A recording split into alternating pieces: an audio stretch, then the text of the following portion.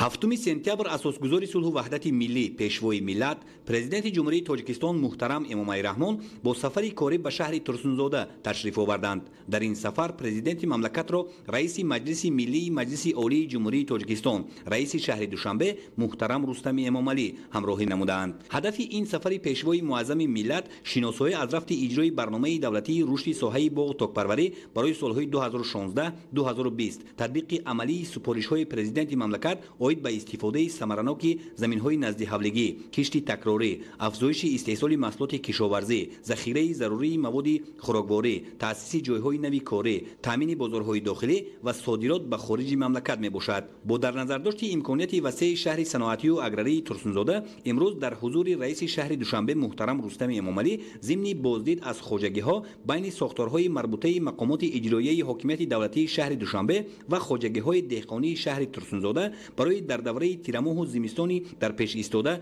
منتظم تامین کردن بازارهای استعمالی پایتخت با محصولات تر و تازه کشاورزی از قبیل میوه و سبزیجات خوش‌صفت، زراعت‌ها و دیگر مواد نیاز اول شرطنامه‌های دو طرفه همکاری بسته می‌شود. مورد ذکر است که طی سال‌های اخیر از جانب رهبریت مقامات اجرایی حاکمیت دولتی شهر دوشنبه به خاطر مطابق به طلبات تامین کردن ساکنان با مال و محصولات نیاز اول تدبیرهای مشخص اندیشیده می‌شود. از جمله تمام بازارهای پایتخت برای خرید و به طور کافی ذخیره کردن مواد خوراکواری آماده کرده شدند. در پایتخت کشور برای ذخیره کردن میوه و سبزیجات و دیگر زراعت‌ها سردخانه و انبارهای حجمشان کلان و موثر بنیاد به استفاده داده شده است. باید گفت که حکومت مملکت به خاطر عملی سازی یکی از هدف‌های استراتژی تامین امنیت آذوقه‌واری زمین‌های بیکارخوابیده تل و تپه‌ها را آبیاری کرده به گردش کشاورزی می‌درآورند. این تدبیر سودمند حکومت کشور عامل مهمی تأسیس صدها جای نوی کاری، بهداشت سطح زندگی مردم، افزایش استحصال محصولات کشاورزی، فراوانی بازار استعمالی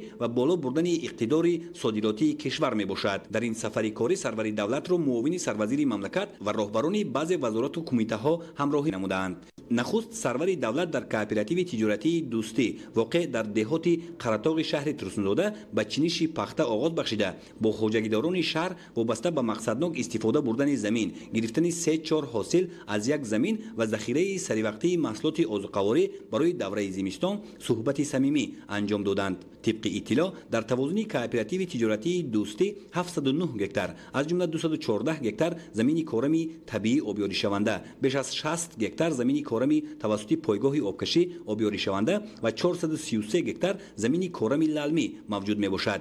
سال جاری در زمین‌های موجوده خواجگی پررک کشت زراعت کشاورزی گذرانده شده است که 199 گکتار آن را پخته تشکیل می دهد. خواجگیداران مطابق به اقلیم تخمی نوع‌های فراوان، زراعتکار، دوستی، استقلال و فلش را کشت نموده با انجام سریوقتی کارهای اگرتکنیکی حاصل فراوان را انتظار می باشند. رعایت درست طلبات اگرتکنیکی خاصه استفاده تخمی مطابق به اقلیم و سرحاصل، کارکرد بین قطارها و انجام سریوقتی دیگر کارهای برای نشأونمای خوب زراعت مهم فراوانی حاصل میدان پختزار را در خواجگی تامین نمود. حاضر ما در خیده آزمایشی بریگاد یک خواجگی قرار داریم.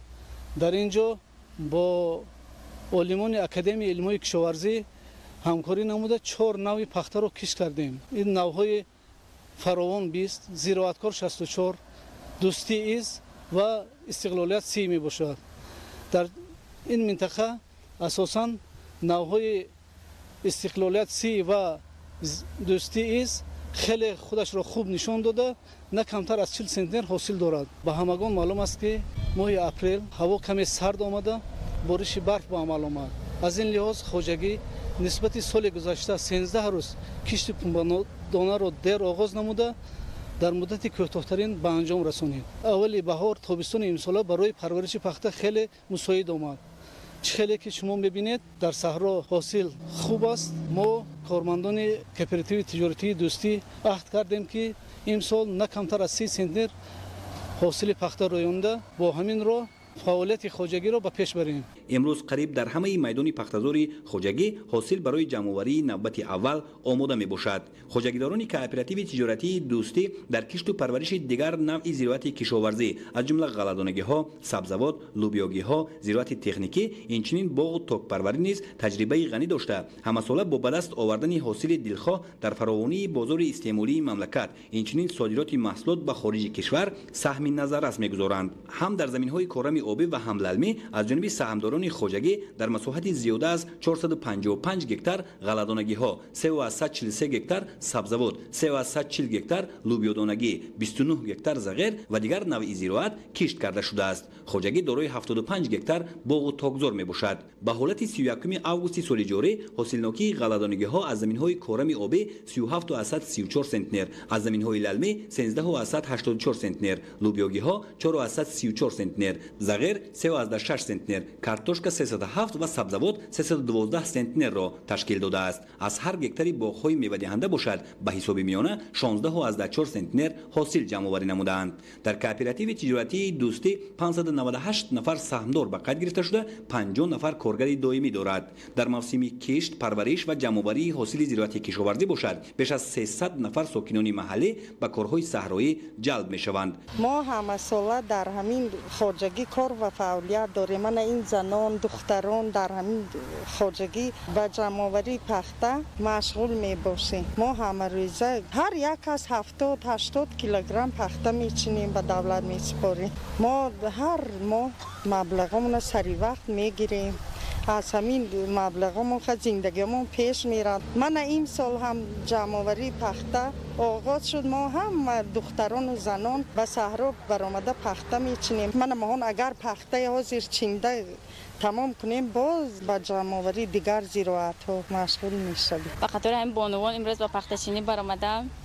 کوشش میکنیم پلن‌ها برزیاد اجرا شود. هر روز هرچی بیشتر پخته جمع‌آوری کنیم. اساساً زندگی ما از همین صبح پیش می رود. زندگی خوب داریم. به خاطر اجرای دستور سپارش‌های رهبریت عالی مملکت و با مقصد سهم گذاشتن در فراوانی محصولات، خوجگیداران کوآپراتیو تجارتی دوستی کشتی تکراری زراعت را وسعت بخشیده در میدان قریب 25 گکتار سبزوات و خوراک چاروا کشت نمودند. سمت دیگری فعالیت کوآپراتیو تجارتی دوستی تخم پروری بوده. همساله خوجگیداران برای قانع‌گردانی طلبات خودی اینچنین دسترس نمودند به دیگر خوجگی‌های کشاورزی تخم‌های خوش‌صفت زراعت را استحصال می‌نمایند. طبق معلومات از حاصل پخته سال گذشته به مقدار 70 تن و از غله‌دانگی‌ها 102 تن تخم ذخیره نموده آن را سال 2020 کشت کردند. به غیر از این همساله خوجگیداران به دیگر کشاورزان شهر ترسونزاده و ناحیه شهری نو تخم خوش‌صفت دسترس نموده در تطبیق برنامه دولتی رشد ساحه تخم پروری برای سال‌های 2016-2020 سهم ارزشمند گذاشتند. 5 سال اخیر می شود که ما از یگان جا تخم وارد نمی‌کنیم. از چگیت‌های پنبه‌دانه استحصال نموده خودمون کشت می‌گذارونیم که این البته برای پیشبرد کار خوجگی مساعدت میکنند. در دیگر خوجگی‌های شهر نیز جمع‌آوری پخته آغاز گردید. با پرزیدنت مملکت محترم امامعلی رحمان اطلاع داده شد که امسال میدان عمومی این نوع زراعت تکنیکی در شهر ترسونزاده به 1177 گکتار برابر گردیده است و حاصل میانه انتظاری را متخصصان ساحه 22 سنتنر معین نمودند. از روی جمع‌آوری و معین گردیدن حاصل انتظاری امسال خوجگی‌های پخته‌کار شهر ترسونزاده باید 2590 تن پخته جمع‌آوری نمایند. پیشوای ملت محترم امامعلی رحمان فعالیت کوآپراتیو تجارتی دوستی را در سمت کشت و پرورش زراعت کشاورزی، استحصال تخمی خوش‌صفت و سهم ارزشمند گذاشتن در فراوانی بازار استعماری شایسته تحسین حسابیده تاکید داشتند که انجام کارهای نظررس از جمله استفاده مقصدناک و ثمره بخش هر وجب زمین و گرفتن 3-4 حاصل در یک سال باعث عملی شدن هدف استراتژی مملکت تامین امنیت غذاخواری و دسترسی اهالی به غذای خوش‌صفت می‌گردد. همچنین اساسگذار صلح و وحدت ملی پیشوای ملت پرزیدنت جمهوری تاجیکستان محترم امامعلی رحمان در ادامه سفر کاری به جمع‌آوری شغلی در جمعیت سهامی گشوده حقیقت شهر ترسونزاده آغاز بخشیدند. خوجگی مذکور فراگیر 887 گکتار زمین میباشد و امسال سهامداران آن در مساحت 45 گکتار شغلی کش نمودند که نشأ و نمای خوب دارد.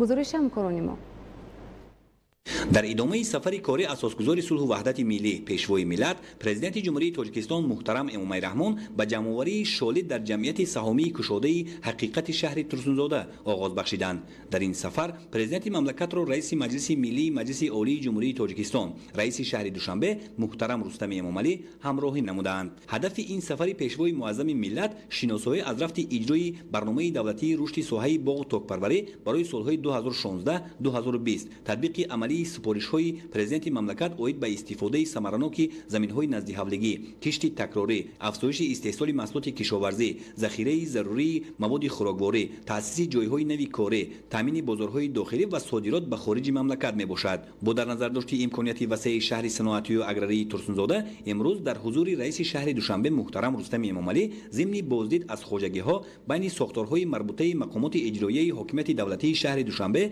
و خواجگی‌های دهقانی شهر ترسونزاده برای در دوره تیرماه و زمستانی در پیش ایستاده منتظم تامین کردن بازارهای استعمالی پایتخت با محصولات تر و تازه کشاورزی از قبیل میوه و سبزیجات خوش‌صفت، زراعت‌ها و دیگر مواد نیاز اول شرطنامه‌های دو طرفه همکاری بسته می‌شود. جمعیت سهامی کشاده حقیقت شهر ترسونزاده فراگیر 887 هکتار زمین میباشد و امسال سهامداران آن در مساحت 45 هکتار شالی کشت نمودند که نشونمای خوب دارد. شالی که امروز جمع‌آوری آن با اشتراک سرور دولت محترم امومه رحمان آغاز یافت، بعد قونوچین غلادانگی‌ها خاصه گندم و جو یعنی کشتی تکراری میباشد. طبق تحلیل متخصصان ساحه کشاورزی با در نظر داشت حاصلبندی نهال زراعت دورنمای آن در زمین‌های خواجگی حقیقت از 48 تا به 50 سنتنر باید برابر گردد. جمع‌آوری حاصل شالی در جمعیت مذکور با استفاده از تکنیک‌های مخصوصی درو کننده به راه مانده می‌شود. اقلیم شهر ترسونزاده برای کشت و پرورش شالی و استحصال برنج خوش‌صفت موافق است.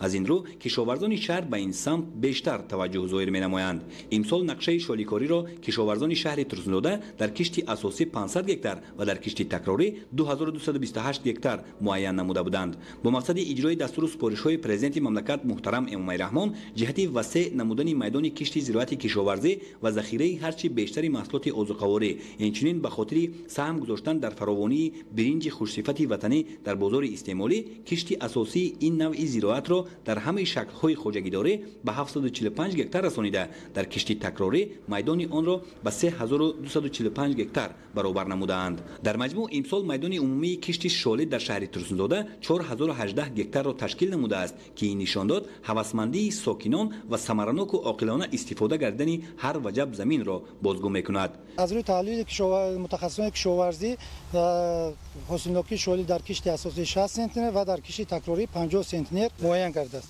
جمع‌آوری شالی در دیگر خواجگی‌های شهر نیز آغاز گردید. برای سری وقت و بی‌تلف جمع‌آوری نمودن این نوع زراعت در شهر ترسونزاده 60 تکنیکی درو کننده آماده کار میباشد. من امسال شالی، گندم، پیاز به درجه عالی شد. باور کنید به درجه عالی شد. همه محصولات کشاورزی شهر ترسونزاده به درجه عالی شد. این زمین به کار کردن در کار. زمین به کار کرده، زمین میخوراند، زمین میپوشاند. من قریب 30 سال شما دهقان، من روی همه دهقانی من شالی میکارم، گندم میکارم، پیاز، اره دهقانی فرزنده خوانندم. من از فرزنده همش معلومات عالی دارد. من همه جای شما از من دست دادید، من یکم جو کردم. جو گرفته جوش به شالی نور نهال کردم. انکن خدا نصیب کرده باشد شالی که از گرفتیم جوش های کرده، دو سه بار جای این شالی های کرده پیاز نهال میکنم، پیاز میکارم. برای که حاضر 23 آگوست من نهال پیاز کارتوفتکی من نهال پیاز تیار میشد. اب 10 15 اکتبر سر کرده من جای همه شالی با پیاز نهال کردم میبرم. 3 حاصل میشد. سال 2023 حاصل میشد. کشاورزان خواجگی حقیقت در شهر ترسونزاده امسال کشت و پرورش دیگر نوع‌های زراعت را نیز وسعت بخشیده در مساحت 89 هکتار در زمین‌های آبی و 139 هکتار در زمین‌های للمی گندم کشت نمودند. میدان سبزیجات را به بیش از 5 هکتار رسانیده، همچنین 210 هکتار کشتی پخته گذرانیده‌اند. در جمعیت سهامی کشاده حقیقت 630 نفر کارگر دائمی فعالیت نموده، باز بیش از 600 نفر ساکنان محلی در موسم کشت парвариш ва ҳосилғундорӣ ба кор ҷалб мешаванд. маврид ба зикр аст ки дар заминаи андешидани тадбирҳои зарурӣ ҷиҳати вусъат бахшидани кишту парвариши зироати кишоварзӣ, инчунин ҳавасмандии хоҷагидорон дар самти зиёд намудани майдони кишт, сол то сол ҳаҷми истеҳсоли маҳсулоти кишоварзӣ зиёд мегардад. дар 7 моҳи соли 2020 дар ҳамаи шаклҳои хоҷагидории шаҳр ба маблағи 322 миллиону 622 ҳазор сомонӣ маҳсулоти кишоварзӣ истеҳсол гардидааст ки ин рақам нисбат ба ҳамин давраи соли гузашта 12 миллиону 579 ҳазор сомонӣ зиёд мебошад.